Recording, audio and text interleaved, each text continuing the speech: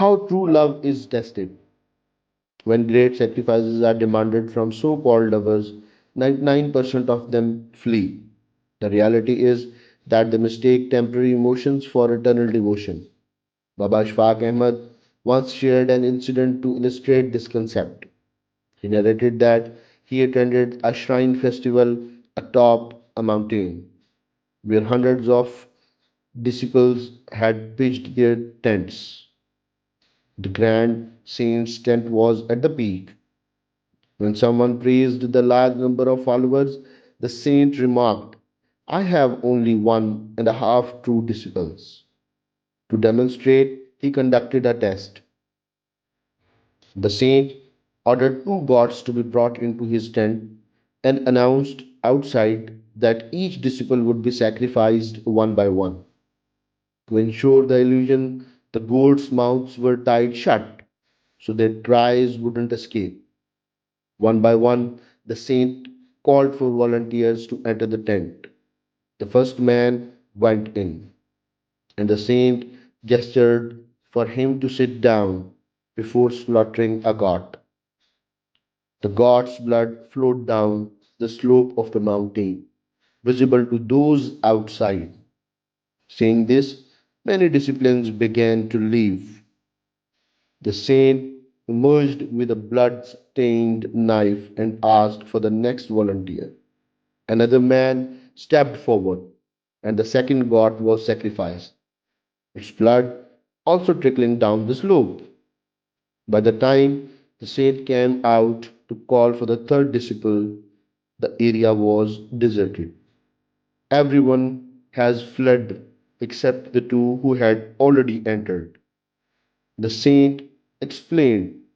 The first disciple doubted but still stepped forward, so he is half our disciple. The second was certain of his sacrifice and still came forward, making him a complete disciple. This story highlights that when true sacrifice is demanded, false lovers disappear. Genuine love, however, persists even in the face of death and says, the life I gave was never mine. True justice to that gift was never done. An old saying echoes this sentiment. Laila once sent sweets to her beloved Majnu through a servant. When the servant arrived, he found many false lovers gathered there, each claiming to be the real Majnu. Confused, the servant returned to Laila, who advised him to announce that she required a few bottles of blood from her lover. The one who offered without hesitation would reveal himself as the true Majnu. Spiritual healers often suggest that to overcome a minor addiction, one must be introduced to a more intense one. For instance, a cannabis addict may leave the drug if introduced to alcohol. Similarly, worldly power and divine love are also considered forms of addiction. If the patient is materialistic, granting them power over a region might make them abandon lesser obsessions. However, if both the patient and the healer are spiritually inclined, the healer may redirect the patient's infatuation from material love to divine love. Once someone experiences the ecstasy of divine love, they forget the allure of worldly attachments, as a greater addiction always overshadows a lesser one.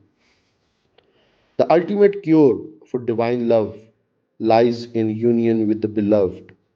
Yet, in many cases, remaining in a state of love is itself considered a divine reward. As the poet Ghalib eloquently puts it, if one were asked to my heart about the torment of your half drawn arrow, would it act this way if it had truly pierced through my soul?